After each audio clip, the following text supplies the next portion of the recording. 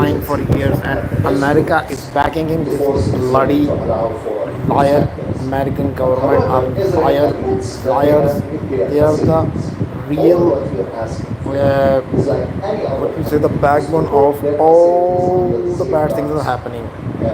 All in all the world, I'm talking about the things that are happening, like all that fighting, and wherever you see the fight, army, occupation, there is American government involved, and it is not involved. It is getting all the ammunition, bombs, the current assets. So past, if we go, there's a lot of it I can tell you.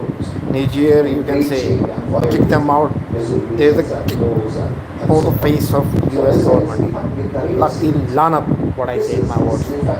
So they should go and they should like put their head in the mud. Okay. So the latest that they have given all the 2,000 bombs plus all the bombs to bomb on Palestine, Gaza. So now they are lying this. You can see this. I will show you.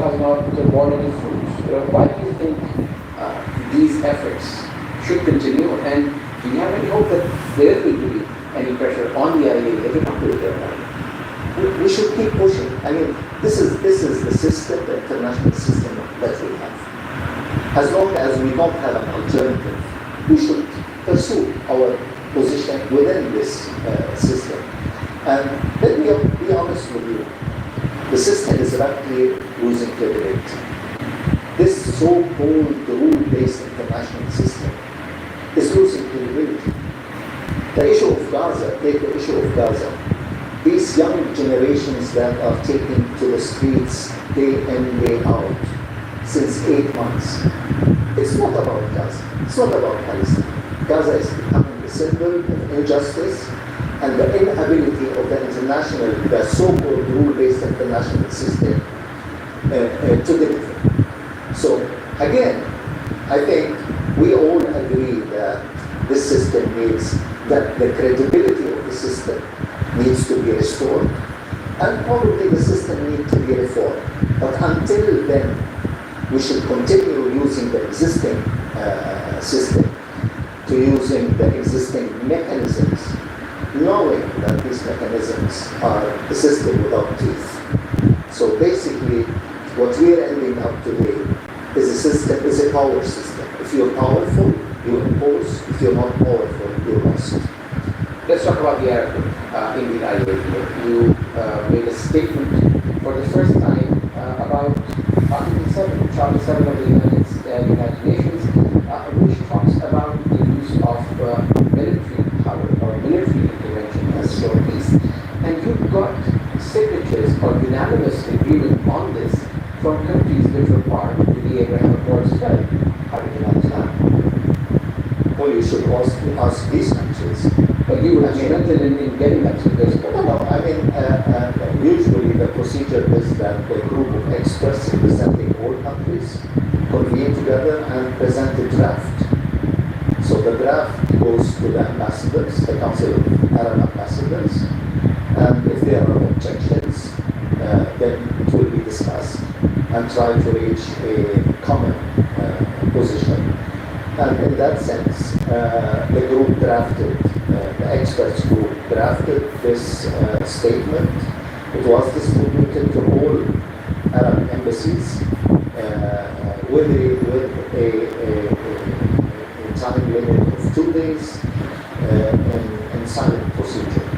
There were no objections, and so it is the official position of all Arab countries. But this is interesting because it is for the first time that Arab countries have agreed to talk about Chapter 7 of the United Nations. But it is an irrelevant forum, isn't it? At the IAEA, where this is going to be just a statement, it's non-binding, it does not call for any action.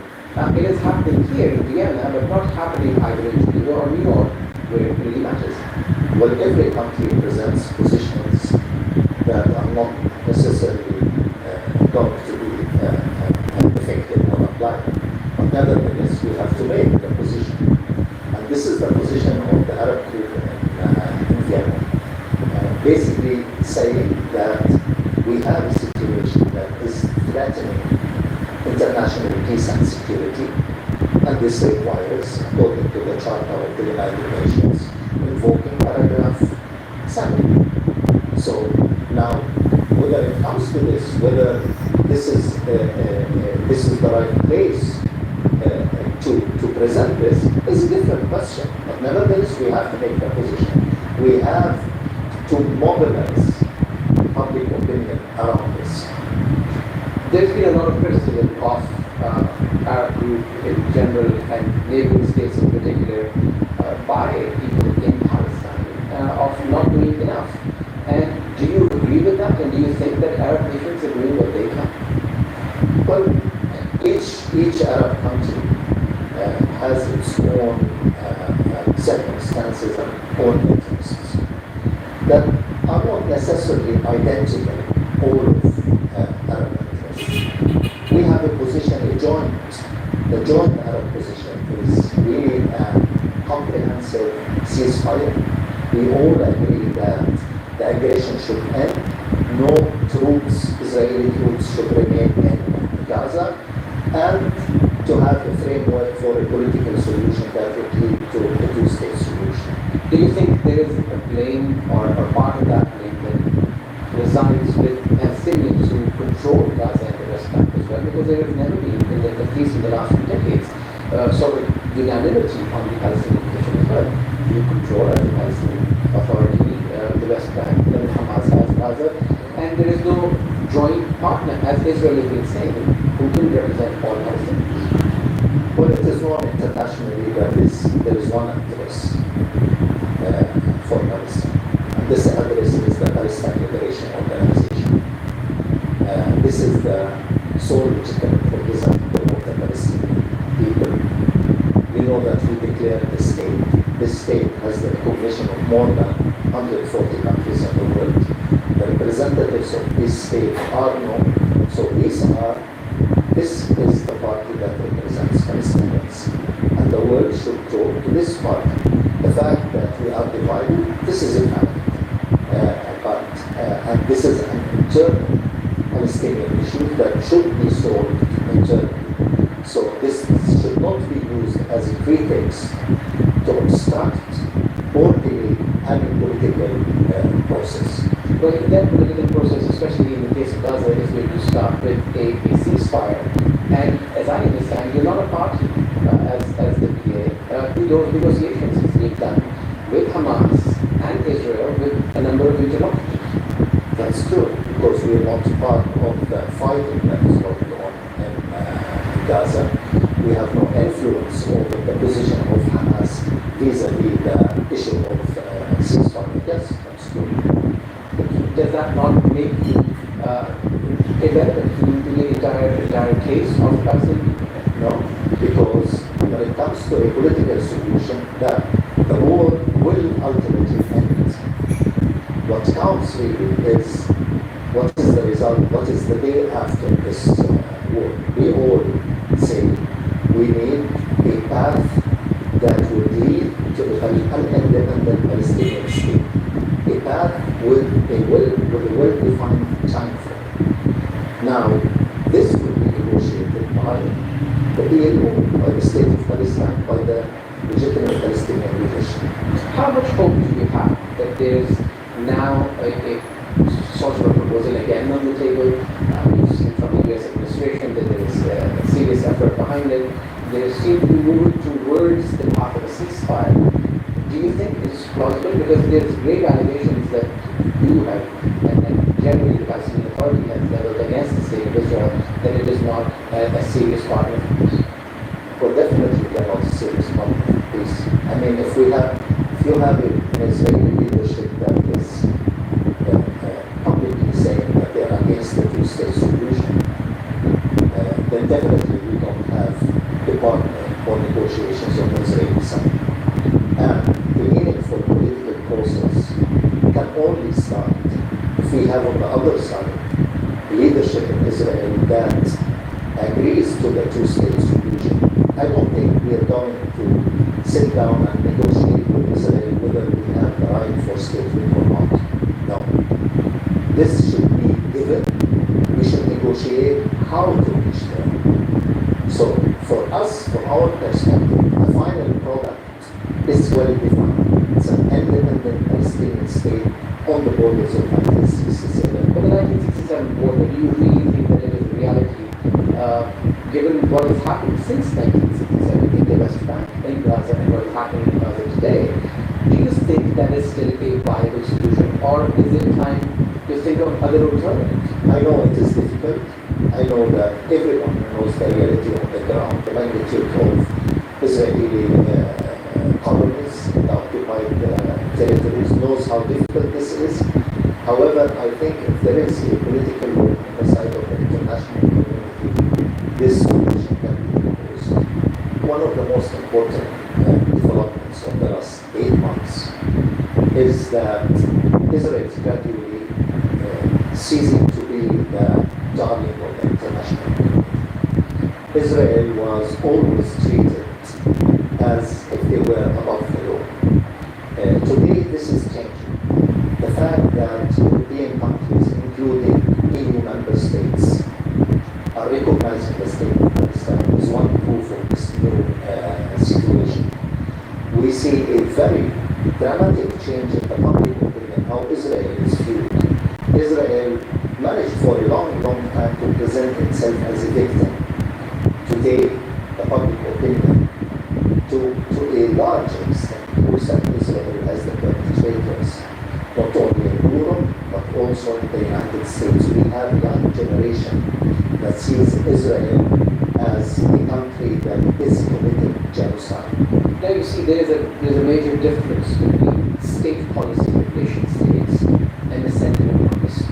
Yes, you might have a blip in the radar of support from various sections of society, but that does not mean that the position of many states or most of Israel's allies have changed or is going to change. Listen, democracies, Western democracies, are built around public opinion. Of course, we don't expect political parties or ruling parties in the Western world, in the global North, to change their opinion. However, by growing of this, public opinion, they can.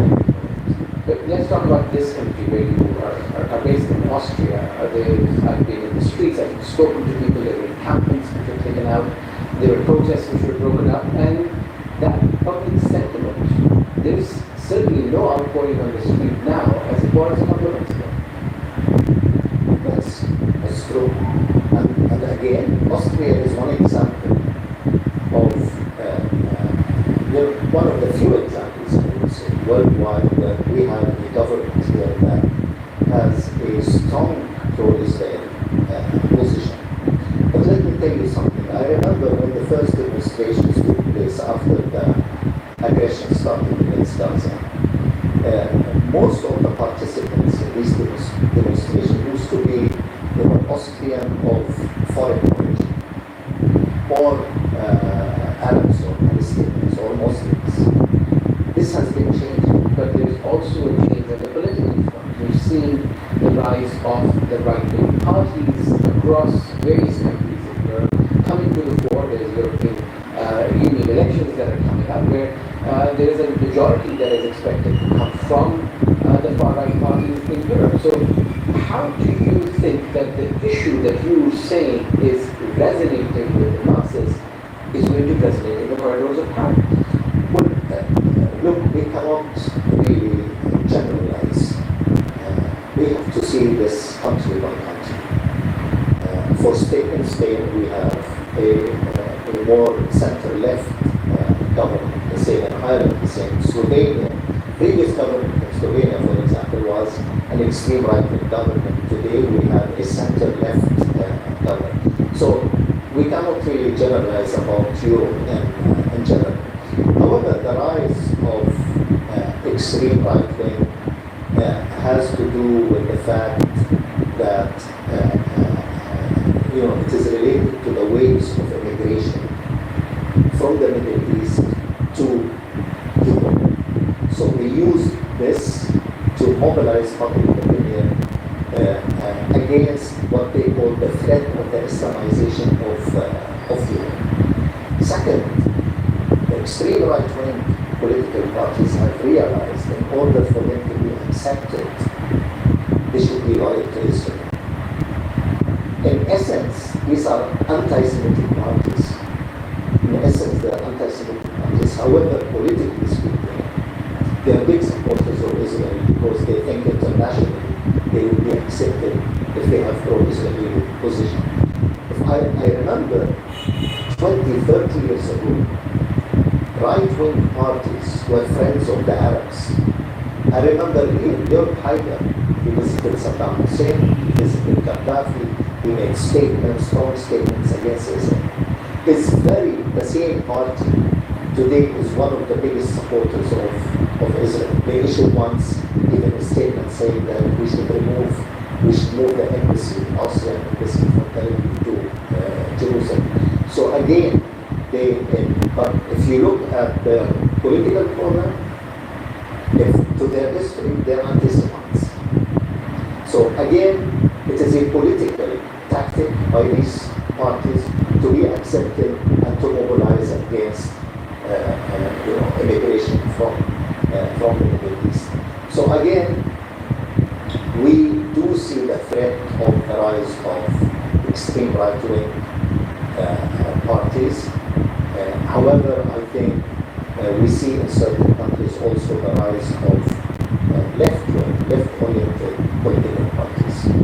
We're coming towards the end, and let me bring you back to the IAEA. The threat of Israel's the nuclear issue, that you say that Israel is now admitting that it has nuclear weapons based on the statement of one individual, but it does seem to still have the support of its partners who are not going to pressure Israel into accepting any of what your demands or pleas are towards the IAEA or the international community.